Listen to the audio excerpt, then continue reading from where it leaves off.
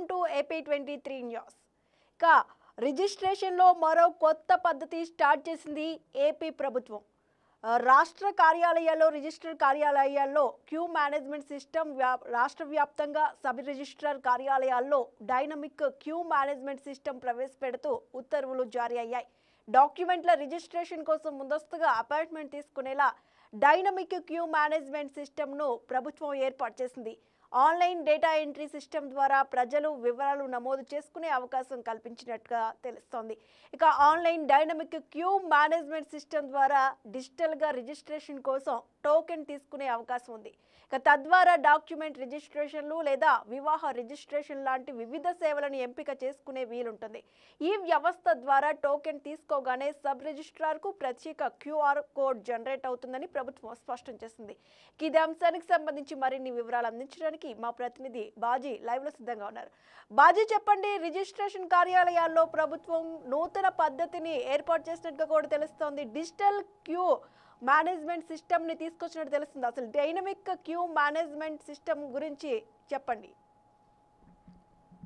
సుష్మా, మనం చూసుకున్నట్లయితే రాష్ట్ర ప్రభుత్వం ఏర్పాటైన 8 నెలల కాలం నుంచి కూడా నూతన ఒరవడికి సృష్టిస్తుంది. అట్లాగే మనం చూసుకున్నట్లయితే టెక్నాలజీకి మొదటి ప్రాధాన్యత ఇస్తుంది. మనం చూసుకున్నట్లయితే రిజిస్ట్రేషన్ శాఖకు సంబంధించి క్యూఆర్ ఏదైతే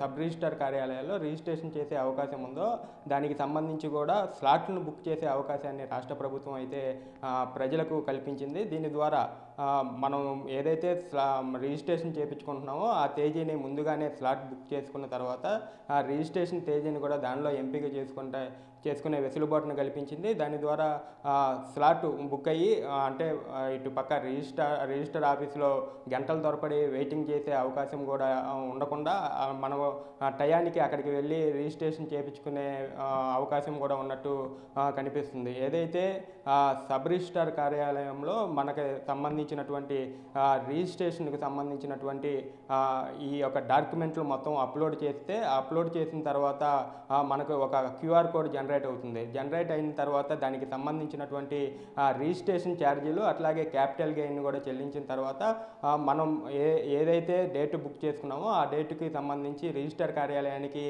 వెళ్తే సరిపోతుంది. దీనికి సంబంధించి కూడా రాష్ట్ర ప్రభుత్వం ఇప్పుడే స్టాంప్స్ అండ్ రిజిస్ట్రేషన్ శాఖకు కూడా ఇప్పటికే ఆదేశాలు జారీ చేసింది. ఈ టెక్నాలజీ కూడా అందుబాటులోకి తీసుకువచ్చింది. ముఖ్యంగా మనం చూసుకున్నట్లయితే 8 నెలల కాలంలో కూడా రాష్ట్ర ప్రభుత్వం టెక్నాలజీకి మొదట ప్రాధాన్యం ఇచ్చింది. ఎట్లాగే అయితే ఆంధ్రప్రదేశ్ కూడా ఏఐ టెక్నాలజీ ముందు వరుసలో ఉందని కూడా చెప్పాలి. అట్లాగే మనం చూసుకున్నట్లయితే ఇటీవల క్యాబినెట్ సమావేశాలు కూడా పూర్తిగా డిజిటల్ రూపంలోనే పేపర్లెస్గా జరపడం, అట్లాగే విద్యా వ్యవస్థలో కూడా డిజిటలైజేషన్ తీసుకురావటం, ఇట్లాగే పూర్తిగా అన్ని శాఖల్లో కూడా డిజిటలైజేషన్కు మొదటి ప్రాధాన్యత ఇచ్చే వ్యవహారం ప్రభుత్వం అయితే చూస్తున్నట్టు తెలుస్తుంది. సుష్మా, రైట్. అయితే ఈ డైనమిక్ క్యూ మేనేజ్మెంట్ సిస్టమ్ వల్ల అంటే రిజిస్ట్రార్ ఆఫీసులు అంటేనే పొద్దున్న వెళ్తే సాయంత్రం వరకు ఆ పని అవ్వకపోవడం అనేది జరుగుతూ ఉంటుంది. అంటే ఎటువంటి వెసులుబాటు కనిపించేలా ఉంది? సుష్మా, మనం చూసుకున్నట్లయితే ఈ డైనమిక్ క్యూఆర్ దీనికి సంబంధించి ప్రభుత్వం ఏదైతే రాష్ట్ర ప్రజలు ఉన్నారో వాటిని ఉచితంగా స్లాట్స్ బుక్ చేసుకునే అవకాశాన్ని అయితే ప్రస్తుతం కల్పించింది. మనం చూసుకున్నట్లయితే రిజిస్ట్రేషన్ శాఖకు సంబంధించి ఏదైతే వెంచర్కి సంబంధించి అప్రూవల్స్ కానీ అట్లాగే డాక్యుమెంట్ రిజిస్ట్రేషన్ కానీ లేఅవుట్ల రిజిస్ట్రేషన్ కానీ ఏదైనా సరే ముందుల స్లాట్ బుక్ చేసుకున్న తర్వాత రిజిస్ట్రేషన్ సమయానికి ఒకరోజు ముందుగా దానికి సంబంధించినటువంటి డాక్యుమెంట్స్ మొత్తం కూడా అప్లోడ్ చేయాల్సిన అవసరం ఉంది. సంబంధిత ఏదైతే సబ్ రిజిస్టర్ కార్యాలయం ఉందో అక్కడికి ఒక క్యూఆర్ వెళ్తాం జరుగుతుంది. ఆ క్యూఆర్ వెళ్ళిన తర్వాత దానికి సంబంధించి కూడా పూర్తిగా డాక్యుమెంట్స్ అప్లోడ్ చేసిన తర్వాత ఏదైతే మనం నిర్ణయించుకున్న డేట్ ఉంటుందో ఆ డేట్ ప్రకారంగా రిజిస్ట్రేషన్కి వెళ్తే సరిపోతుంది. దీనివల్ల ఎక్కువ సమయం వృధా కూడా అవ్వకుండా ఉన్నట్టు కూడా తెలుస్తుంది. ఇది రాష్ట్ర ప్రజలకు ప్రభుత్వం కల్పిస్తుంది. అట్లాగే మనం చూసుకున్నట్లయితే టెక్నాలజీకి రాష్ట్ర ప్రభుత్వం మొదటి ప్రాధాన్యత ఇస్తుంది. ఇట్లాగే మనం చూసుకున్నట్లయితే వాట్సాప్ గవర్నెన్స్లో కానీ అట్లాగే మనం చూసుకున్నట్లయితే చూసుకున్నట్లయితే డ్రోన్స్ ద్వారా ట్రాఫిక్ క్లియరెన్స్ కానీ అట్లాగే మారుమూల ప్రాంతాల్లో ఉన్నటువంటి వాటిని గుర్తించి సాంకేతికతను గుర్తించడంతో పాటు అక్కడ జరుగుతున్నటువంటి అసాంఘిక కార్యకలాపాలను కూడా గుర్తించే విధంగా డ్రోన్ సాంకేతికతను తీసుకురావటం, ఇటుపక్క ఏఐ టెక్నాలజీకు పెద్దపీట వేయటం, మరొక పక్క సాఫ్ట్వేర్ రంగాన్ని అభివృద్ధి చేయటం,